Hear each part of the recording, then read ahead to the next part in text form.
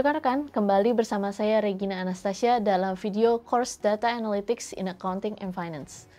Yang akan kita bahas dalam video ini mengenai Data Analytics using Impact Cycle, yaitu gambaran tentang penggunaan siklus impact dalam proses analisa data. Setelah mempelajari video ini, diharapkan rekan-rekan mampu memahami data analisis dalam bisnis dan akuntansi. Di tahap 1, kita akan mengidentifikasi pertanyaan. Pertanyaan dapat muncul dari banyak sumber, termasuk bagaimana menarik pelanggan dengan lebih baik, bagaimana menentukan harga suatu produk, bagaimana mengurangi biaya, atau bagaimana menemukan kesalahan dalam pelaporan. Pertanyaan yang spesifik dan konkret akan membantu kita untuk menemukan jawaban dalam analisis data, sehingga tahapan ini sangatlah penting. Yang kedua, yaitu penguasaan data. Di tahap ini mengharuskan seseorang untuk mengetahui data yang tersedia dan apakah data tersebut dapat membantu mengatasi masalah bisnis.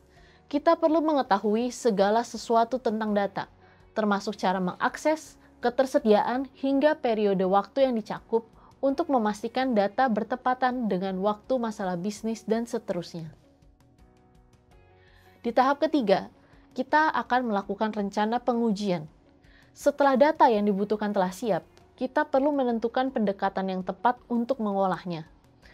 Dalam analisis data, kita bekerja untuk mengekstrak pengetahuan dari data untuk menjawab pertanyaan dan masalah. Dengan menggunakan semua data yang tersedia, kita melihat apakah kita dapat mengidentifikasi hubungan antara variabel respon atau kita sebut dependent dan item-item yang mempengaruhi respon, yang kita sebut juga sebagai variabel prediktor, penjelas, atau independen. Untuk melakukannya, kita biasanya membuat pemodelan atau representasi realitas yang disederhanakan untuk mencapai tujuan ini. Di tahap keempat, kita akan menentukan dan memperbaiki hasil. Di langkah ini, kita akan membahas dan bagaimana menyempurnakan hasil yang kita temukan. Analisis data itu bersifat iteratif, atau merupakan proses yang terus-menerus dilakukan. Kita dapat memotong dan memperbaiki data, lalu kita menemukan korelasi, menguji hipotesis, merevisi, atau menjalankan kembali analisis beberapa kali hingga menemukan hasil yang terbaik. Setelah proses ini selesai, diharapkan kita telah mendapatkan hasil yang baik untuk dikomunikasikan kepada pemangku kepentingan dan dapat menjawab pertanyaan bisnis mereka. Di tahap kelima, kita akan mengkomunikasikan hasil temuan dan pada akhirnya kita akan melacak hasil. Setelah hasil ditentukan dalam langkah keempat, selanjutnya wawasan dibentuk oleh pengambil keputusan dan dikomunikasikan. Dan secara rutin, kita juga harus melakukan pelacakan hasil tersebut.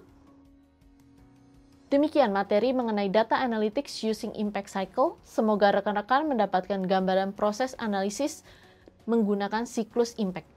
Selanjutnya, kita akan membahas bagaimana data digunakan dan disimpan. Sampai jumpa di video selanjutnya.